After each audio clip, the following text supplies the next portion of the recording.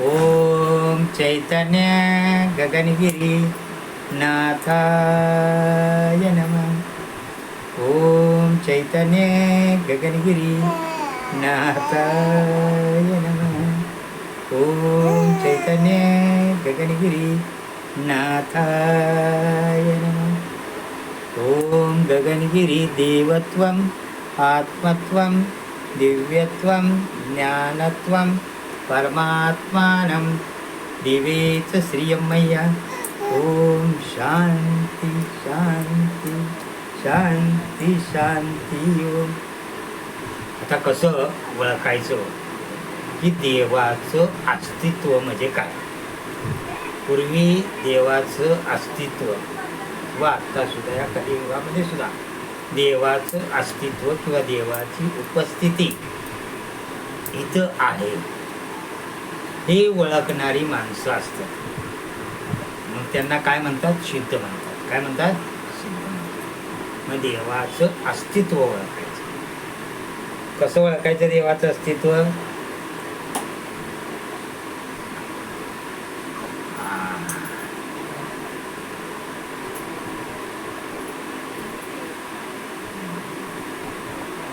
ओम चैतन्य गगनगिरी नाथाय नमः. Narayan Narayan Hari Hari Narayan N N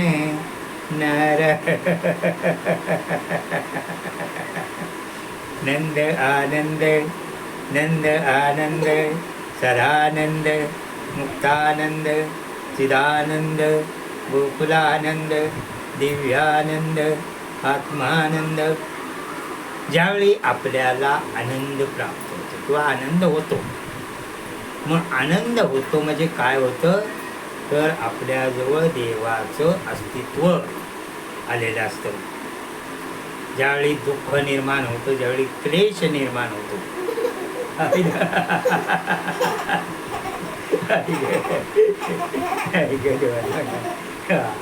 ज्यावेळी दुःख निर्माण होतं, ज्यावेळी क्लेश निर्माण होतो, ज्यावेळी भीती वाटते, त्यावेळी अनिष्ट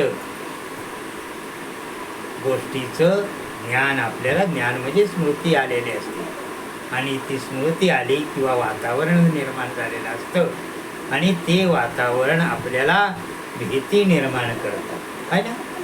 मग ती भीती निर्माण करतं म्हणजे आपल्या जवळ नकारात्मक गोष्टी आलेल्या आहेत, भीतीदायक गोष्टी आलेल्या आहेत आणि त्या नष्ट करण्याचं सामर्थ्य हे चांगल्या गोष्टीमध्ये असतं, चांगल्या स्मृतीमध्ये असतं, दिव्यत्वामध्ये असतं, ज्ञानामध्ये असतं. आणि हे ज्ञान म्हणजे देवाचं असतं. बघा, आता आपल्याला हवा दिसते का? हवा दिसते का? नाही दिसत ना. पण हवेचं अस्तित्व आहे, जाणवतं का नाही? आपल्याला शरीराला हवेचं अस्तित्व जाणवतं. जसं ह्या हवेमध्ये एक ऑक्सिजन आहे, ह्या हवेमध्ये ऑक्सिजन आहे ना, की तो आपल्या शरीरामध्ये संपूर्ण हवा जाते आणि त्यातला ऑक्सिजन ओम चैतन्य गगनगिरी नाथाय नमः.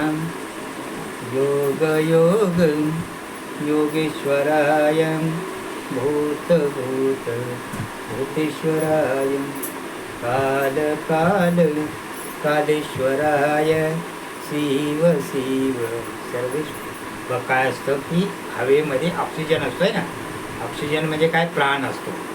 की त्यानं आपल्या शरीराला ऑक्सिजन मिळतो म्हणजे प्राण ऊर्जा मिळते. मग या हवेत ऑक्सिजन आहे, आपल्याला दिसतोय का? जाणवतोय का? नाही जाणवत. परंतु तो आपल्या शरीरामध्ये नाकातून जातो, नाकातून सर्व हवा जाते, फक्त त्यातला ऑक्सिजन खेचण्याचं काम आपलं फुफ्फुस करतं आणि तो ऑक्सिजन आपल्या शरीराला.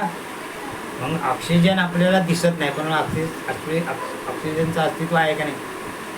मग तसं परमेश्वर आपल्याला दिसत नाही, पण त्याचं अस्तित्व या जगामध्ये आहे.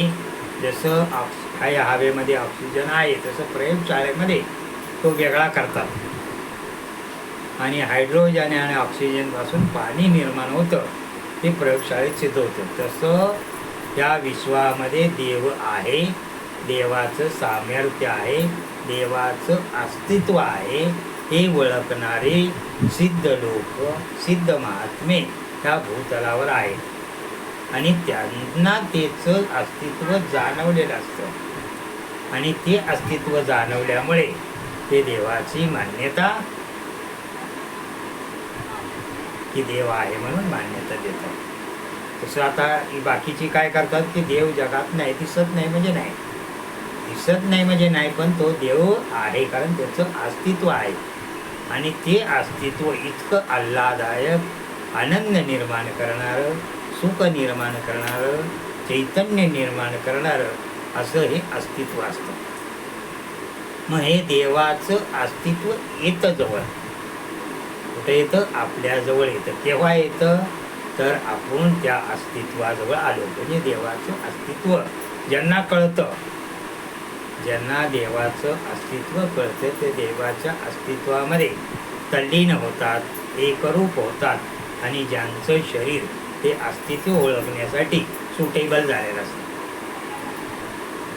मग त्यांच्या त्वचेला ऐकायला येतं, कानाला ऐकायला न येता संपूर्ण शरीरच कान होतात, डोळ्याला न दिसता संपूर्ण शरीरच डोळे होतात.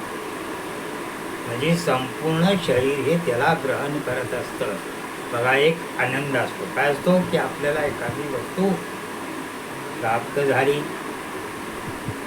की आपल्याला आनंद होतो, कारण आपल्या मनाला माहिती आहे की त्या वस्तूमुळे आपल्याला सुख मिळणार आहे, त्यामुळे आनंद होत असतो. पण हा कसा झाला? खरा आनंद नाही. खरा आनंद नाही म्हणजे कसा? प्राप्तीचा आनंद नाही, हा प्रतीतीचा आनंद आहे. आणि प्राप्तीचा आनंद काय असतो?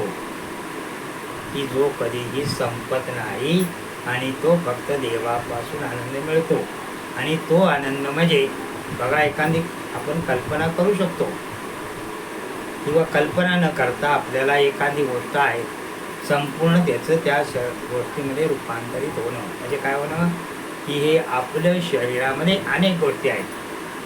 दुःख आहे, क्लेश आहे, सुख आहे, शांती आहे, धैर्य आहे, आनंद आहे, प्रेम आहे, वैराग्य आहे, अशा अनेक गोष्टी शरीरामध्ये आहेत. मग ह्या प्रत्येक गोष्टीचं रूपांतरण होणे, कशामध्ये रूपांतरण होणे?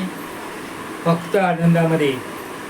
रक्ताचं रूपांतर आनंदामध्ये होणं, हड्डीचं रूपांतर आनंदामध्ये होणं, मांसाचं रूपांतर आनंदामध्ये होणे. रक्त मजा समास्थान्यस्ती मेधासी पार्वती अन्नानं काल रात्री स्व पित्त चमकडचरी पद्मावती पद्मकोसे कपे चुडामणिस्तदा ज्वालामुखी नख ज्वालाम भेदा सर्व संतिशो शुक ब्राह्मणी में रक्षे छाया छत्री श्वेतता अहंकार मन बुद्धी रक्षण में धर्मधारणी प्राण पानो तथगान मुदानच समानकम वज्रहस्तात रक्षे प्राण कल्याण शोभन. म्हणजे संपूर्ण हे शरीर त्या आनंदामध्ये विरघळणे आणि विरघळल्यानंतर एकच गोष्ट शिल्लक राहणे, ती म्हणजे आनंद. आणि त्या आनंद सुद्धा विसर्जन पाहून एकच गोष्ट शिल्लक राहणे म्हणजे परमतत्व, म्हणजे परमेश्वर. ही अवस्था येणे म्हणजे मानवाचा परमेश्वर होणे. बघा, मानवाचा परमेश्वर व्हायचं म्हणजे काय करायचं? तर मानवाच्या संपूर्ण शरीराचं विघटन होऊन आनंदामध्ये होणं आणि आनंदाचं विघटन निर्विकल्पमध्ये होणे. म्हणजे कसं? अहम निर्विकल्पो निराकार रूपो विभुर्व्याप्त सर्वत्र सर्वेंद्रियाणां सदा मे समत्वन मुक्तिर्न बंध चिदानंद स्वरूपो शिवोहम शिवम. बघा, हे निराकार तत्व जे आहे, बघा हे निराकार तत्व जसं पाणी आहे ना, पातळ आहे पाणी. ग्लासात भरलं तर ग्लासाच्या आकाराचं होणार, तांब्यात भरलं तर तांब्याच्या आकाराचं होणार, नळकांड्यात भरलं तर नळकांड्याच्या आकाराचं होणार. म्हणजे पाणी ज्या आकारात आपण भरू त्या आकाराचं होणार. तसं जीवात्मा हा ह्या शरीरामध्ये आहे. मग आत्मा जो असतो म्हणजे निराकार परमेश्वरचा असतो, त्या शरीरासारखा होतो, भांड्यामध्ये भांड्यासारखा होतो, चंद्रामध्ये चंद्रासारखा होतो, सूर्यामध्ये सूर्यासारखा होतो. प्रत्येक गोष्टीमध्ये हा परमात्मा त्याच्यासारखा होतो. मग त्याच्यासारखा होतो हे परमात्मा ज्याला कळलं की ज्या ज्या ठिकाणी मन जाय माझे त्या त्या ठिकाणी निजरूप तुझे. मग हे कुणाला कळलेलं असतं की संत महात्म्यांना, सिद्ध साधूंना कळलेलं असतं की परमेश्वर हा जळी स्थळी काष्टी पाषाणी सर्व ठिकाणी भरलेला आहे आणि तो भरून सर्व विश्वामध्ये भरून उरलेला आहे. म्हणून ज्या ठिकाणी ते जातील ते परमेश्वर मानतात. मग असा भव्य दिव्य आनंददायक परमात्मा, त्याला कुणी शिव म्हणतं, कुणी विष्णू म्हणतं, कुणी राम म्हणतं, कुणी असे अनेक नावानं त्या परमात्म्याला पुकारलं जातं आणि त्याला वास्तविक रूप दिलं जातं. म्हणजे देवाचं अस्तित्व त्याला मान्य होतं कारण त्याला तशी ती अनुभूत येते. काय ते? आणि ज्याला अनुभूत आली की तो देवाचं अस्तित्व मान्य करतो आणि हे अस्तित्व सर्वांना कळतं.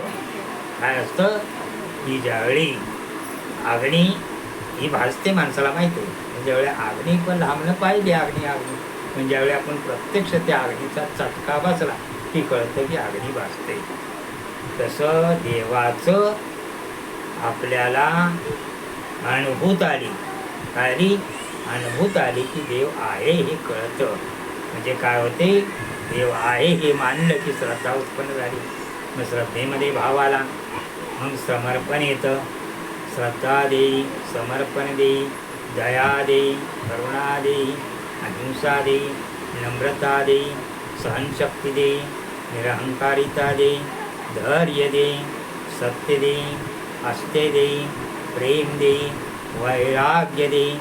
मग अशा एक एक माणसामध्ये गुण यायला सुरुवात होतात आणि दुर्गुण निघून जातात आणि परमेश्वराचं अस्तित्व मान्य होतं. यालाच म्हणायचं देवाचं अस्तित्व.